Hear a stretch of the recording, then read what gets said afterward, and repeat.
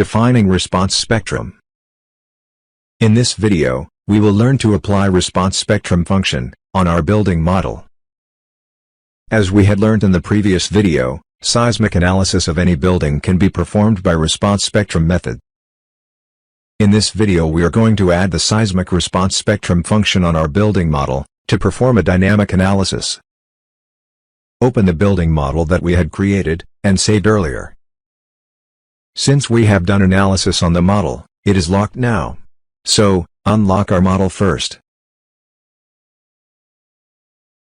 Before adding the response spectrum function, ensure that we have added the seismic load. To check that, go to Define menu, and select Load Patterns option. Here, seismic load is added. In your building model, if it is not added, follow the Defining Seismic Load on Building video to add the seismic load. Now, select Seismic Load, and click on Modify Lateral Load option. Make sure both X and Y directions are selected. Set the remaining properties based on your location, as you did in the previous videos. Now, we will add the seismic response spectrum function to our building model. In the Define menu, choose Functions, Properties, and select the Response Spectrum option. A new window will appear.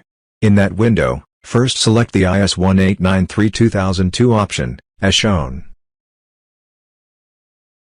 Click on Add New Function option, to create the response spectrum function. Here we will set the properties of the seismic response spectrum function. Type the name as response spectrum in the file name box, as shown. Fill the seismic zone factor and the soil type properties based on the building location, as we had done previously for defining the seismic load. Remember that we had used the IS 1893-2002 code book. Once we enter the values, we can see the changes in period and acceleration values. Also, the function graph will change based on the values given. For function damping ratio, we have to refer to the IS 1893 code book. Refer to clause 7.8.2.1 of the code book. The damping ratio is 5% for the reinforced concrete structures, and 2% for steel structures. Now, go back to the software, and enter the function damping ratio value as 0.05, since our building model comes under RCC category. We do not need to change the properties in plot options. Click on OK. The properties of the seismic response spectrum function are now set, and the function is defined. Click on OK to exit the window.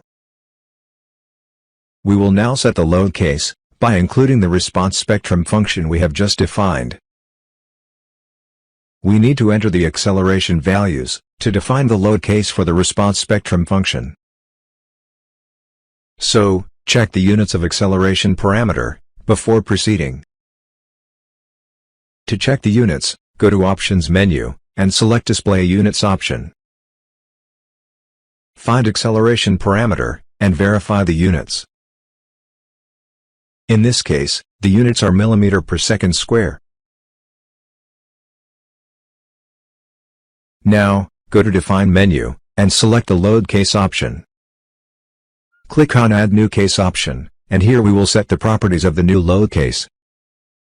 Name the load case as response spectrum function, as shown. Select the load case type as response spectrum. Click on Add in the Loads Applied dialog box. A new load is added. Now, select response spectrum from the function drop-down as shown.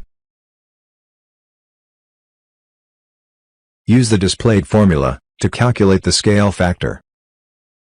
It uses the importance factor, I, response reduction factor, R, and acceleration due to gravity, G. Refer the IS code 1893 for I and R values.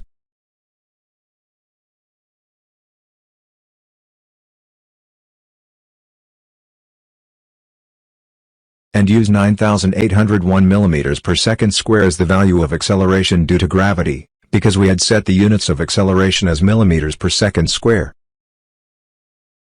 Calculate the scale factor value, as shown, and use it accordingly.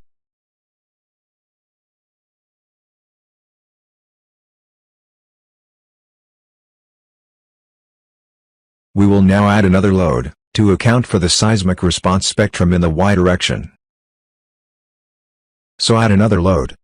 Select load name as U2. And enter the same scale factor value, as done previously.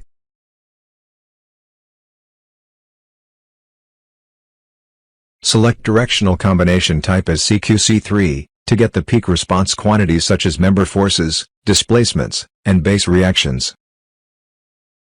Check whether the modal damping value is a constant of 0.05, which is the default value set by the software.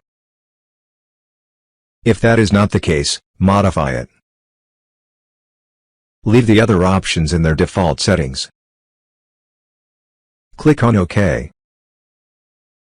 The seismic response spectrum function load case has been defined. Click on OK to exit.